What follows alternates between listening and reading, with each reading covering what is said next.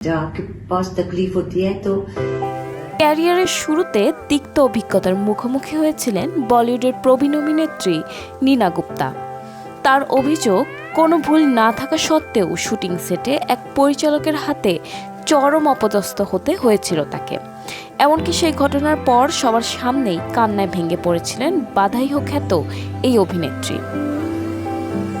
সম্প্রতি এক সাক্ষাৎকারে তিনি এই তিক্ত অভিজ্ঞতার কথা ভাগ করে নেন। জানান, ক্যারিয়ারের শুরুর দিকে একটি সিনেমার শুটিংয়ের সময় সবার সামনে তাকে অকথ্য ভাষায় গালিগালাজ করেন পরিচালক, অথচ সেখানে তার চরিত্রটি ছিল খুবই ছোট এবং তার কোনো ত্রুটিই ছিল না। নীনা বলেন, পরিচালক সম্ভবত অন্য কোনো কারণে রাগান্বিত ছিলেন, যার বহিঃপ্রকাশ তিনি আমার উপর করেন। সে সময় সেটা অনেক মানুষ ছিল, আমি সেখানে দাঁড়িয়ে কাঁদছিলাম। তিনি আরও যোগ করেন, ক্যারিয়ার টিকিয়ে রাখা ও টাকার কারণে তৎকালীন সময়ে শিল্পীরা অনেক কিছুই মুখ বুজে সহ্য করতেন, তবে সেই পরিচালকের নাম সরাসরি উল্লেখ করেনি অভিনেত্রী। সাক্ষাৎকারে অভিনেত্রী তার কাজ নিয়ে আক্ষেপও প্রকাশ করেন।